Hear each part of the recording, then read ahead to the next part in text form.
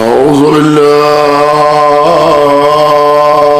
من الشيطان اللعين الرجيم بسم الله الرحمن الرحيم الحمد لله رب العالمين والصلاة والسلام على أشرف الأنبياء والمرسلين سيدنا ونبينا وشفيعنا مولانا أبي القاسم محمد وآله الطيبين الطاهرين المعصومين المظلومين ولعنة الله على أعدائهم وقتلتهم وغاصبي حقوقهم أجمعين من يومنا هذا إلى قيام يوم الدين أما بعد فقد قال الله تبارك وتعالى في كتابه المجيد والفرقان الحميد وهو أصدق الصادقين وقوله الحق بسم الله الرحمن الرحيم أم يحسدون الناس على ما آتاهم الله من فضله صلوات محمد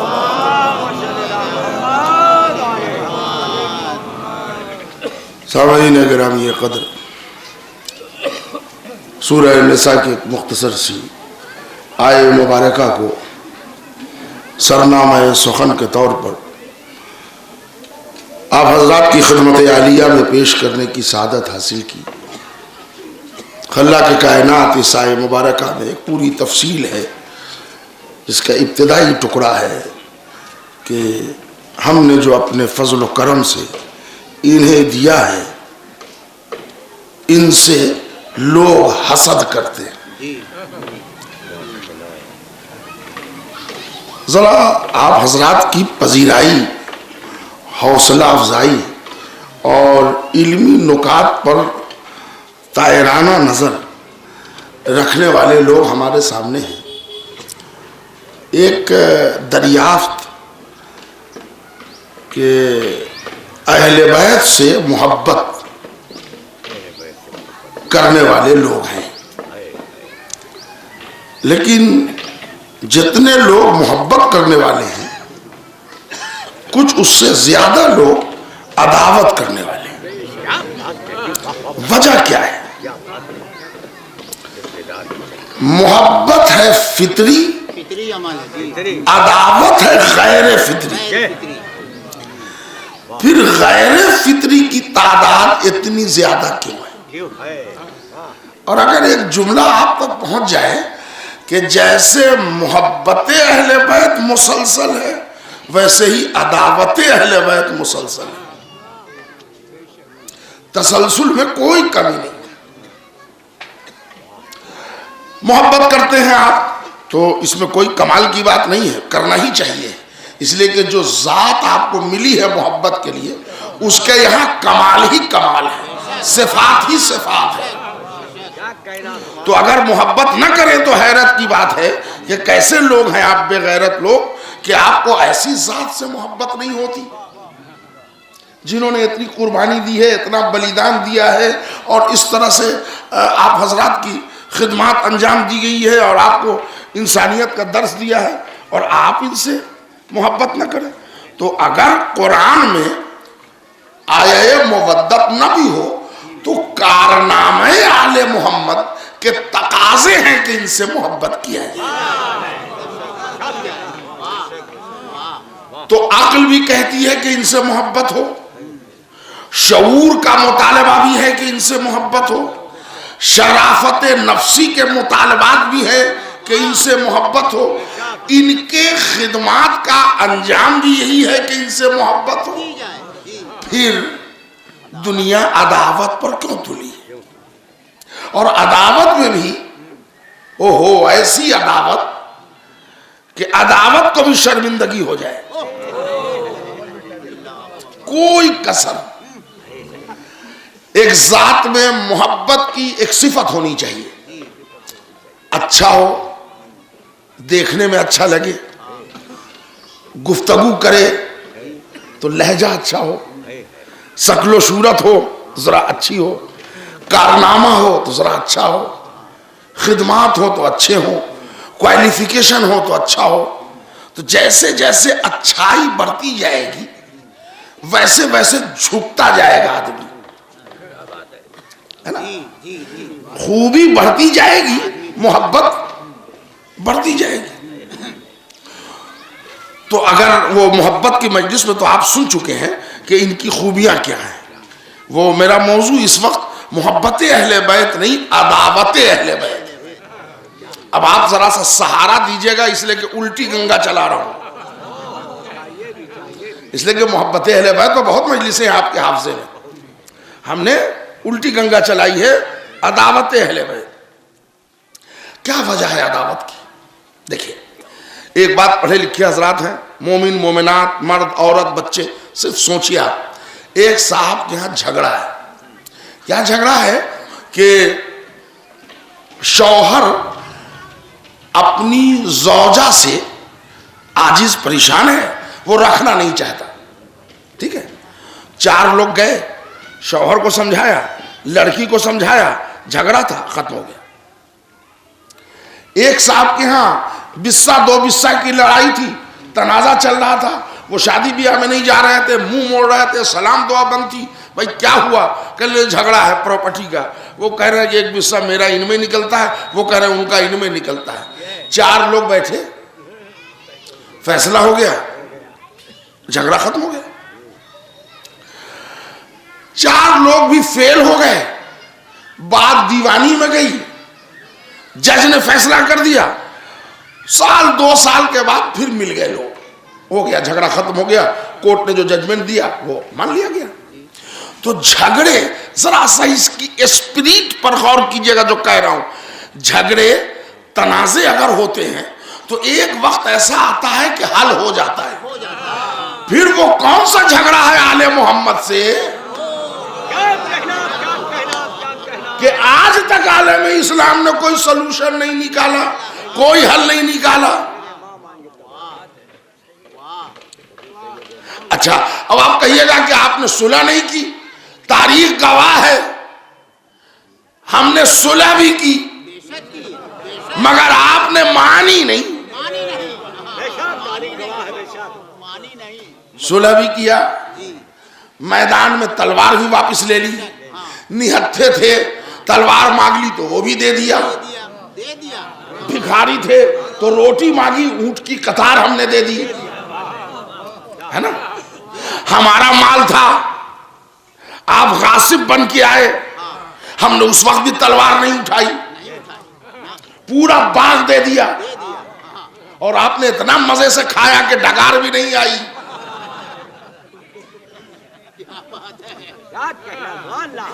پھر آخر کوئی جھگڑا بتائیے، سبب عداوت بتائیے، تو اس کو بیٹھا جائے، بیٹھ کے طے کیا جائے کہ بھائی یہ ایسا ایسا ہے، تو ان کو بنی امیہ کو یہ سمجھا دیجئے، آل محمد کو یہ بتا دیجئے، کوئی جھگڑا بتائیے، کوئی سبب بتائیے۔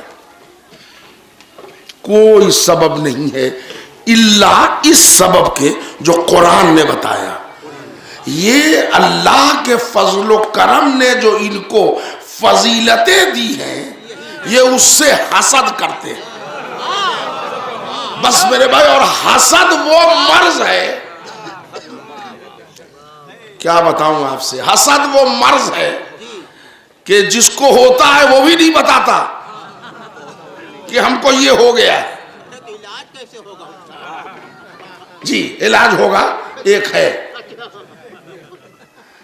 حسد کرنے والا۔ اچھا اب دیکھیے، ایک آدمی ہے جو ایک صاحب کی خوبصورتی سے جلتا ہے، بھائی تم کیوں جل رہے ہو؟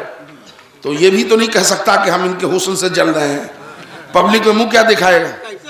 اچھا